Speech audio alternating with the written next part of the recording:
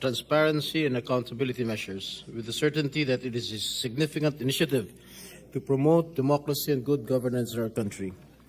With the permission of the principal author and sponsor of the measure, Senator Gatchalian, our Committee on Finance Chairperson, it is an honor to co-sponsor Senate Concurrent Resolution 4 to manifest my full support for the immediate adoption of the same. Yunong Pangulo, karapatan ng ating mga kababayan na malaman ang madetalye at proseso ng pambansang paggugol ng ating sinasabatas sapagkat sila ang tunay na may kapangyarihan sa ating demokratikong pamamahala at tayo ay pawang mga kinatawan lamang. Bilang mga mamamayan, sila ay nagbabayad ng buwis na siya namang ginagamit ng ating pamahalaan para sa iba't ibang serbisyo, programa at proyekto. Bilang kanilang mga kinatawan, tungkulin natin na siguruhin ng tapat, responsable at makabuluhang paglalaan ng pondo. Hindi natin may kakaila na maraming tanong, haka-haka at delegasyon tungkol sa mali, makasarili at irresponsableng paglalaan at paggugol ng pondo ng pamahalaan. Subalit kadalasan, makarating lang ito sa atensyon ng nakakarami kapag meron ng mga serbisyo na hindi na ipaparating sa ating mga mamamayan. Mga depektibong laptop na nabubunyag o tulay na bumagsak kahit hindi pa ganap na nagagamit. Because the budget cycle is a long and complicated process involving many entities and personalities in the government, it is undeniably difficult to trace and pinpoint where the misallocation or misuse of fund should be attributed to. It is therefore essential that in the performance of its constitutional duty to exercise the power of the purse, the Congress must observe full transparency and disclosure. Senate Concurrent Resolution Number 4 proposes a proactive approach in making the budget process more democratic and participative. This will ensure responsible allocation of funds and eliminate irregular, unnecessary, excessive, extravagant, and unconscionable spending of public funds. More importantly, we want to prevent unwarranted consequences of misallocation or misuse of funds, such as deprivation of health services of our people, poor quality of education of our students, delay of public services, or loss of lives of innocent persons. Utilizing the innovation and efficiency of technology, this measure seeks to make the budget documents easily accessible to the public and to put in place mechanisms through which they can provide their observations, inputs, and proposals. Sa pamamagitan nito, masusuri mismo ng ating mga kababayan ang mga dokumentong pinag-uusapan natin sa komite at sa plenaryo. Indeed, the national budget is not a mere document of numbers and amounts. It is redistribution of representation through participation, making our citizens involved in the process and allowing them to own the resulting appropriations law. It is a vital tool to achieve national development goals, a scheme to ensure public accountability, an instrument to provide secure and prosperous life to each and every Filipino. This legislative measure is one important instrument to achieve these goals. We urge our colleagues to support its immediate adoption. Thank you, Mr. President. Thank you, Senator Estrada. Majority Floor Leader. Yes, Mr. President, next to co-sponsor the measure is the distinguished gentleman from Davao, Senator Ronald Bato de la Rosa. I move that he be recognized, Mr. President. Senator De La Rosa is recognized to co-sponsor the measure. You may proceed, sir. Thank you, Mr. President. Good afternoon, Mr. President, dear colleagues. The Philippines is a democratic and republican state. Sovereignty resides in the people, and all government authority emanates from them. This is the first section of Article 2 of the Declaration of Principles and State Policies in our Constitution. Having defined the extent of our territorial jurisdiction, the Constitution then proceeds to state where the real power lies, and it is with our people.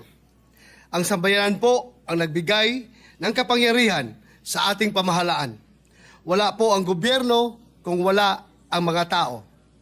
Walang maluluklok sa kapangyarihan kung walang nagpasya kung sino ang bibigyan nito. Kung nais natin na maging pundasyon ng ating gobyerno ang trust and confidence ng ating mga kababayan, walang ibang dapat gawin kundi bahagian sila ng kapangyarihan na sa kanila naman nagmula. Granting our people the right to information is directly involving them in governance. It sends out a clear message that it is their government, or better yet, that they are the government and that they have the right and responsibility to protect its dignity and integrity at all times. Ang right to information po ay hindi simpleng karapatan na magmasid o makialam, kundi pag-aatas ng responsibilidad sa bawat isa na ingatan hindi lamang ang kaban ng bayan, kundi ang pamahalaan sa kabuuan. Giving a more concrete and tangible representation to the phrase, government of the people, by the people, for the people. Kaya naman, Mr. President, nararapat lamang na isulong natin ang resolusyon na ito. Resolusyong nagbibigay ng access sa pagbalangkas ng taunang budget. Nagbibigay rin ito ng aktibong partisipasyon sa mga tunay na may kapangyarihan. Ibinabalik lamang po natin ang kapangyarihan na ibinigay sa atin ng taong bayan. Ang taunang budget o General Appropriations Act ang pinakaimportanteng batas na huhubog ng direksyon ng bansa sa mga susunod na taon. Ito rin ang humuhubog na magiging estado ng buhay ng mga Pilipino sa araw-araw. Maraming salamat, Ginoong Pangulo. Thank you, Senator De La Rosa. Majority Floor Leader. Yes, Mr. President, next to co-sponsor the measure is the gentleman from Tarlac, Senator Bam Aquino. I move that he be recognized, Mr. President. Senator Bam Aquino is recognized to deliver his co-sponsorship speech. You may proceed, sir. Maraming salamat, Mr. President. I'm very happy to co-sponsor Senate Concurrent Resolution number 4, titled Strengthening the National Budget Process by Adopting and Enforcing Transparency and Accountability Measures to Ensure Public Access to Information and Allow Public Participation in the Deliberations of the 2026 General Appropriations Act. Let me also commend our Chairman of Finance, Senator Win Gatchalian, for this initiative.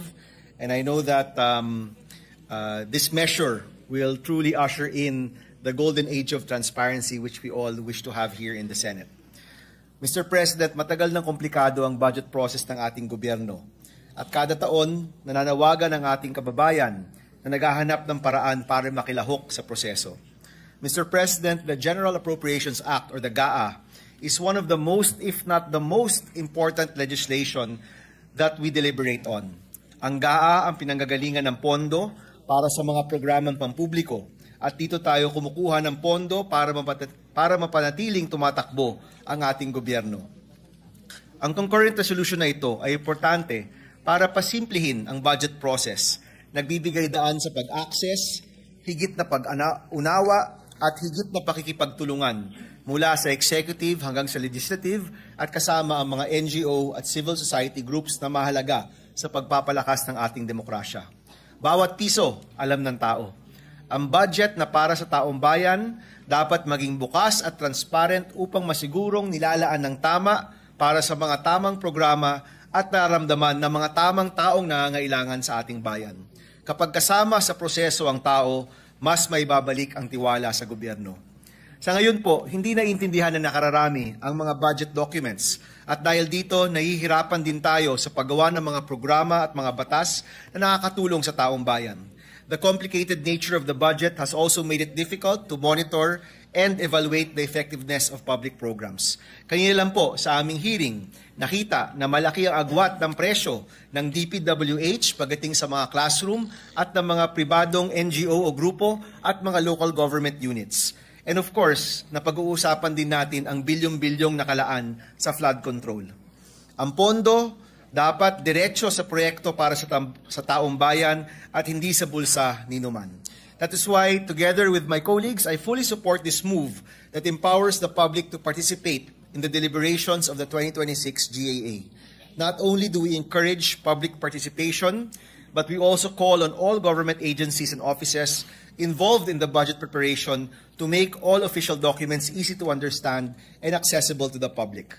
Kailangan nating magtulungan mula Senado hanggang Kamara, mula Malacanang hanggang sa bawat sulok ng ating bansa.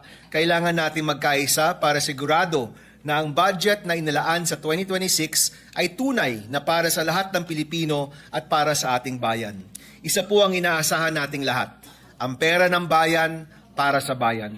Thank you very much, Mr. President. And again, we commend the initiative of Senator Gatchalian for this measure. Salamat. Thank you, Senator Aquino. Majority Floor Leader. Yes, Mr. President, next to co-sponsor is the distinguished gentleman from the great province of Palawan, Senator Erwin Tulfo. I move that he be recognized, Mr. President. Senator Erwin Tulfo is recognized to co-sponsor the measure. You may proceed, sir.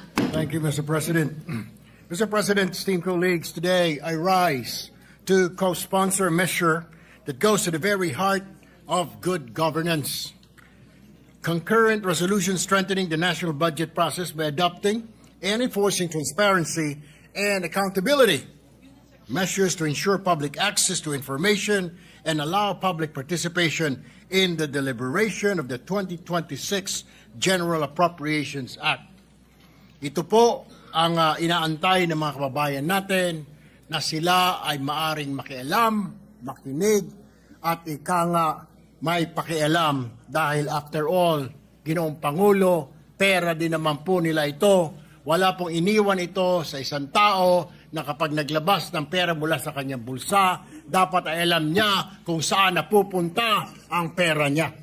The budget is more than just a mere document of revenues and expenditure. It is a reflection of our priorities, commitment, and our values. Malinaw po ang directive ng ating Pangulong Marcos. First, alignment with administration priorities. Second, shovel implementation readiness. Third, agency absorptive capacity.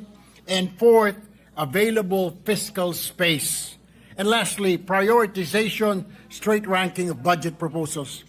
May sasakatuparan lamang natin ito if we lead in advancing fiscal transparency and ensuring that citizens are empowered to monitor how public funds are planned, allocated, and spent.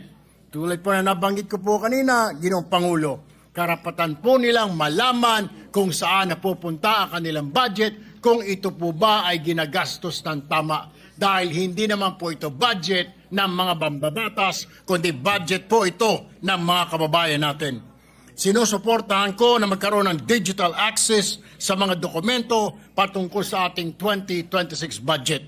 This measure seeks to mandate open, accessible, and comprehensible budget data and allow greater public participation in the deliberation of the 2026 General Appropriations Act. Transparency, Mr. President, strengthens governance. My dear colleagues, passing this measure is not merely a procedural improvement. It is a declaration of our democracy. The people have the right to know, and we have the duty to inform them. Thank you, Mr. President. Thank you, Senator Erwin Tulfo. Majority Floor Leader. Mr. President, next to co-sponsor the measure is the gentleman from Isabela, Senator Raffy Tulfo. I move that he be recognized, Mr. President. Senator Raffy Tulfo is recognized to co-sponsor the measure. You may proceed, sir. Thank you, Mr. President. Bilang kawani ng bayan, isa sa pinakamahalagang bahagi ng ating saligang batas ay ang artikulo tungkol sa pananagutan ng mga public officers. Let me quote, "Public office is a public trust." Alam na po natin lahat yan. Public officers and employees must at all times be accountable to the people. Kailangan pangangalagaan natin ang tiwala ng taong bayan at dapat handa tayong managot sa kanila sa lahat ng ginagawa po natin. Mr. President, ang mga budget documents po tulad ng National Expenditure Program o NEP ay pinapublish ng DBM. Ang committee budget hearings sa House at dito sa Senate naman ay lahat mapapanood sa internet at kinocover ng media. Gayon din ang plenary deliberations. Napapanood din po ng publiko. Bakit natin ginagawa ito? Dahil gusto natin makita ng publiko na pinahalagaan natin ang transparency at accountability sa mga desisyon tungkol sa pagkakagastusan ng kaban ng bayan. Kaya naman po, walang dahilan bakit sa dulo ng napaka-transparent na budget process ay magiging malihim tayo. The power of the purse is not a power meant to benefit those who hold that power. Rather, it is a power granted to the legislative because we have the mandate of the people. The people voted every representative in the House and every senator because they believe we will promote their welfare and protect their interests wherever we prepare the budget and enact